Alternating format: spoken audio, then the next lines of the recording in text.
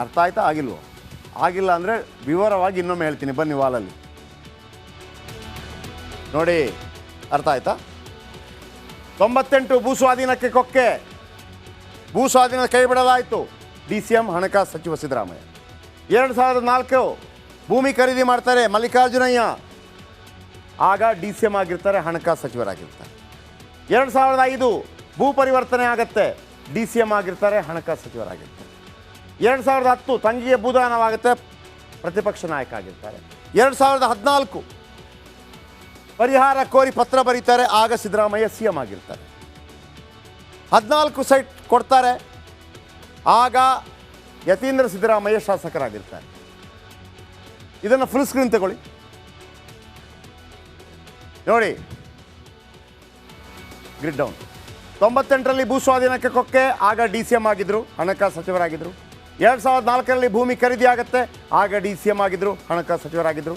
2005ರಲ್ಲಿ ಭೂ ಪರಿವರ್ತನೆ ಆಗುತ್ತೆ, DCM ಆಗಿದ್ದರು, ಹಣಕಾಸು ಸಚಿವರಾಗಿದ್ದರು.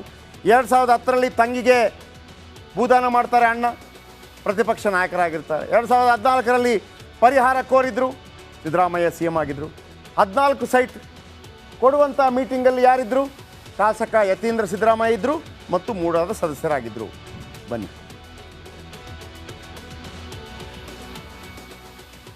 ಇದೆಲ್ಲ ಹೆಂಗಾಗಿದ್ದು? ಕಾಕತಾಳೀಯವು, ಅಧಿಕಾರ ದುರುಪಯೋಗವು, ನನಗಂತೂ ಗೊತ್ತಿಲ್ಲ. ನಾವು ಮಾಹಿತಿ ಕಲೆ ಹಾಕಿ ನಿಮ್ಮ ಮುಂದೆ ಇಟ್ಟಿದ್ದೀವಿ, ಕೋರ್ಟ್ ತೀರ್ಮಾನ ಮಾಡುತ್ತೆ. ಬ್ರೇಕ್ ನೋಡಿ. ಎಕ್ಸ್ಕ್ಲೂಸಿವ್ ಒಂದು ಮಾಹಿತಿ. ಸಿದ್ದರಾಮಯ್ಯ ಲಾಬಿ ಮಾಡಲೇ ಇಲ್ವಾ?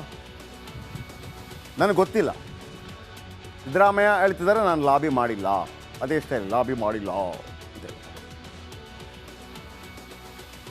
ನಾನು ಒಂದು 6 ಪಾಯಿಂಟ್ ಹೇಳ್ತೀನಿ ನಿಮಗೆ, 6 ಪಾಯಿಂಟ್ ನೀವು ಅರ್ಥ ಮಾಡ್ಕೊಳ್ಳಿ, ಲಾಬಿ ಮಾಡಿದಾರಾ ಇಲ್ವಾ. ನಂಬರ್ 1, ಸಿದ್ದರಾಮಯ್ಯ ಹೇಳ್ತಾರೆ ನನ್ನ ಪತ್ನಿಗೆ 14 ಸೈಟ್ ಕೊಟ್ಟಿದ್ದು BJP ಸರ್ಕಾರದ ಅವಧಿಯಲ್ಲಿ 100% ಕರೆಕ್ಟ್.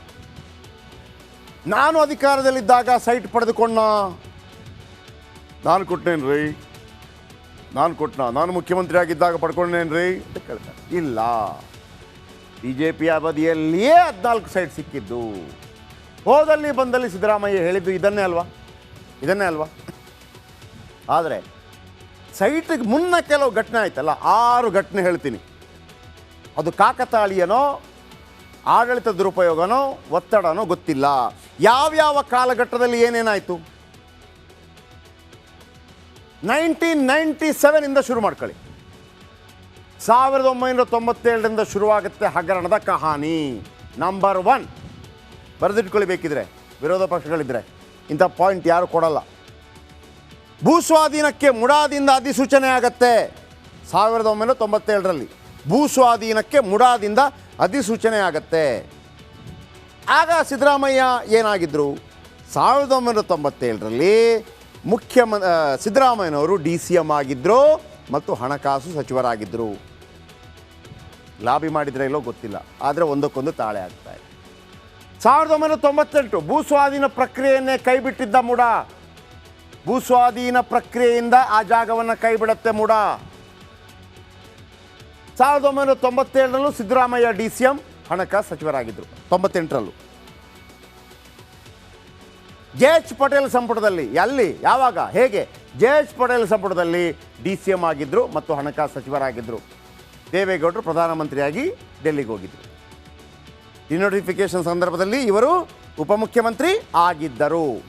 ಇದಕ್ಕೂ ಸಂಬಂಧ ಇದೆಯಾ ಗೊತ್ತಿಲ್ಲ, ಕಾಕತಾಳೀಯನೋ ಗೊತ್ತಿಲ್ಲ. 2001ರಲ್ಲಿ ವಸತಿ ಉದ್ದೇಶಕ್ಕೆಂದು ನಿವೇಶನ ಮಾಡಲಾಯಿತು. 2001ರಲ್ಲಿ 2004ರಲ್ಲಿ ಭೂಮಿ ಖರೀದಿ ಮಾಡ್ತಾರೆ ಮಲ್ಲಿಕಾರ್ಜುನ ಸ್ವಾಮಿ ಅಲ್ವಾ. 2004ರಲ್ಲೂ ಕೂಡ ಸಿದ್ದರಾಮಯ್ಯ DCM ಆಗಿದ್ದರು, ಹಣಕಾಸು ಸಚಿವರಾಗಿದ್ದರು. ಎಲ್ಲಿ, ಯಾವಾಗ? ಧರಮ್ ಸಿಂಗ್ ಸಂಪುಟದಲ್ಲಿ DCM ಮತ್ತು ಹಣಕಾಸು ಸಚಿವ. ಆಮೇಲೆ ಏನಾಯಿತು? 2005ರಲ್ಲಿ ಕೃಷಿಯೇತರ ಉದ್ದೇಶಕ್ಕಾಗಿ ಭೂ ಪರಿವರ್ತನೆ ಆಗತ್ತೆ.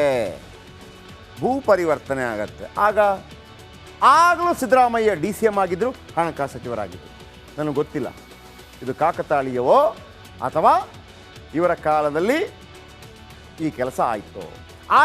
2010ರಲ್ಲಿ ತಂಗಿಗೆ ಭೂದಾನ ಮಾಡಿದರು ಮಲ್ಲಿಕಾರ್ಜುನ ಸ್ವಾಮಿ, ಗಿಫ್ಟ್ ಡೀಡ್.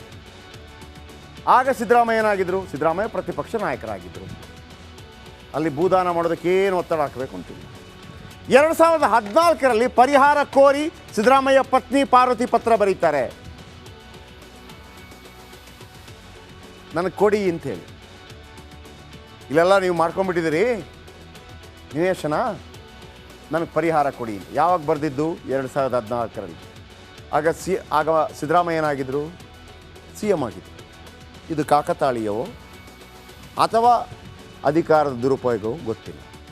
50-50 ಅನುಪಾತದಡಿ ನೀಡುವ ಪರಿಹಾರಕ್ಕೆ ತಿದ್ದುಪಡಿ ತರಲಾಯಿತು. ಆಗಲೂ ಸಿದ್ದರಾಮಯ್ಯ ಮುಖ್ಯಮಂತ್ರಿ ಆಗಿದ್ದರು.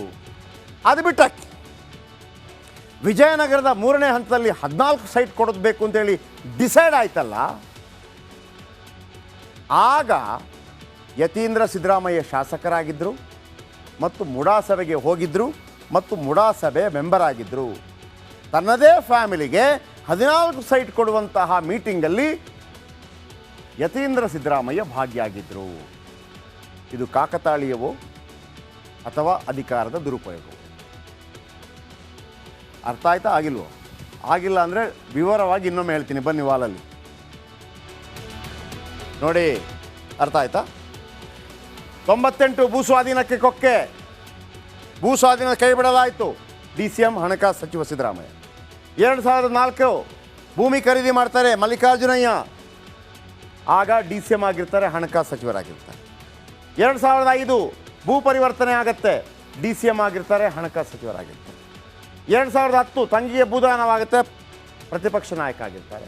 2014 ಪರಿಹಾರ ಕೋರಿ ಪತ್ರ ಬರೀತಾರೆ, ಆಗ ಸಿದ್ದರಾಮಯ್ಯ CM ಆಗಿರ್ತಾರೆ. 14 ಸೈಟ್ ಕೊಡ್ತಾರೆ, ಆಗ ಯತೀಂದ್ರ ಸಿದ್ದರಾಮಯ್ಯ ಶಾಸಕರಾಗಿರ್ತಾರೆ. ಇದನ್ನು ಫುಲ್ ಸ್ಕ್ರೀನ್ ತಗೊಳ್ಳಿ ನೋಡಿ. Grid down.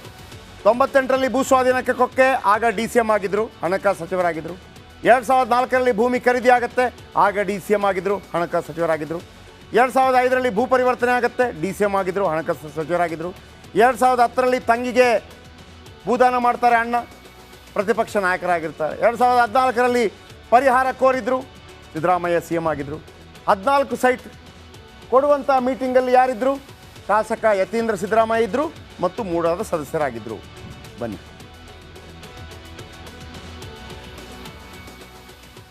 ಇದೆಲ್ಲ ಹೆಂಗಾಗಿದ್ದು? ಕಾಕತಾಳೀಯವೋ ಅಧಿಕಾರ ದುರುಪಯೋಗವೋ ನನಗಂತೂ ಗೊತ್ತಿಲ್ಲ. ನಾವು ಮಾಹಿತಿ ಕಲೆ ಹಾಕಿ ನಿಮ್ಮ ಮುಂದೆ ಇಟ್ಟಿದ್ದೀವಿ, ಕೋರ್ಟ್ ತೀರ್ಮಾನ ಮಾಡುತ್ತೆ. ಬ್ರೇಕ್.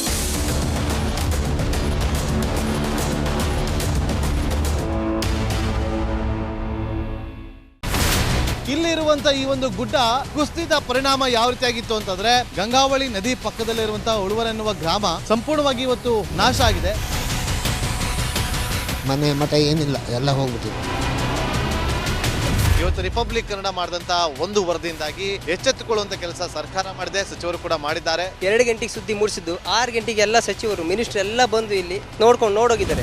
ಎಲ್ಲಾ ಜನರಿಗೂ 1,20,000 ಮತ್ತೆ ಅವರಿಗೆ ಮನೆಗೆ 5 ಲಕ್ಷ. ಈ ಸುದ್ದಿಯನ್ನ ಎಲ್ಲ ಒಂದು ಅಧಿಕಾರಿಗಳಿಗೆ ಮೂಡಿಸಿದ್ದಕ್ಕಾಗಿ ರಿಪಬ್ಲಿಕ್ ಕನ್ನಡ ಟಿವಿಗೆ ಧನ್ಯವಾದ ಹೇಳಿ ಇಷ್ಟಪಡ್ತೇವೆ. ಮನೆನೂ ಕೊಡ್ತೇವೆ, ಮಕ್ಕಳ ಶಿಕ್ಷಣಕ್ಕೆ ತೊಂದರೆ ಆಗದೆ ಇದ್ದಂಗೆ ಹೆಲ್ಪ್ ಮಾಡ್ತೇವೆ. 1,20,000 ಮನೆ ಯಾರ್ದ್ರ ಡ್ಯಾಮೇಜ್ ಆಗಿದೆ ಅದನ್ನ ಕೊಡ್ತೀವಿ ಅಂತ ಒಪ್ಕೊಂಡಿದ್ದಾರೆ. ನಮ್ಮ ಕಷ್ಟಕ್ಕೆ ನೀವು ರಿಪಬ್ಲಿಕ್ ಕನ್ನಡದವರಾದಂತ ನೀವು ನೆರವಾಗಿರ್ತೀವಿ ನಾವು ನಂಬಿದ್ದೇವೆ. ಅವರಿಗೆ ಸೂರನ್ನ ಕಲ್ಪಿಸಿಕೊಡೋವರೆಗೂ ಕೂಡ ರಿಪಬ್ಲಿಕ್ ಕನ್ನಡ ಅವರಿಗೆ ಧ್ವನಿಯಾಗಿ ನಿಲ್ಲುವಂತ ಕೆಲಸವನ್ನ ಮಾಡುತ್ತೆ.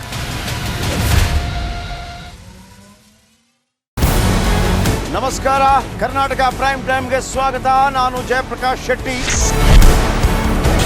ಇಡೀ ಕರ್ನಾಡು ಇವತ್ತು ರೆಬೆಲ್ ಆಗಿ ನಿಂತಿದೆ. ಈ ಹಗರಣಗಳನ್ನು ಸದನದಲ್ಲಿ ಪ್ರಸ್ತಾಪ ಮಾಡಲು ಕೂಡ ಕಾಂಗ್ರೆಸ್ ಹಿಂದೇಟು ಹಾಕಿದ್ದೇಕೆ?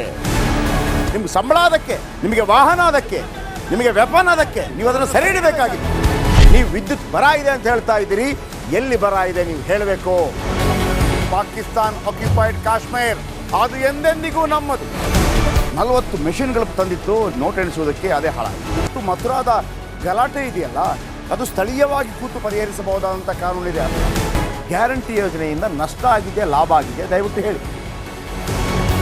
Dawood Ibrahim most wanted criminal ಯಾವಾಗಾದ ಅಂದರೆ ಇಲ್ಲಿ ತನಕ ಭಾರತ ದೇಶದಲ್ಲಿ ಓರ್ವ ದಲಿತ ಪ್ರಧಾನಿಯಾದಂಥ ಇತಿಹಾಸವೇ ಇಲ್ಲ. ರಿಪಬ್ಲಿಕ್ ವರ್ಲ್ಡ್ ಆಪ್ ಇದು ಕೇವಲ ಅಪ್ಲಿಕೇಶನ್ ಅಲ್ಲ, ಸಮಗ್ರ ಸುದ್ದಿಗಳ ಸಂಪರ್ಕ ಮಾರ್ಗಕ್ಕೆ ಕ್ರಾಂತಿಕಾರಿ ಬದಲಾವಣೆ.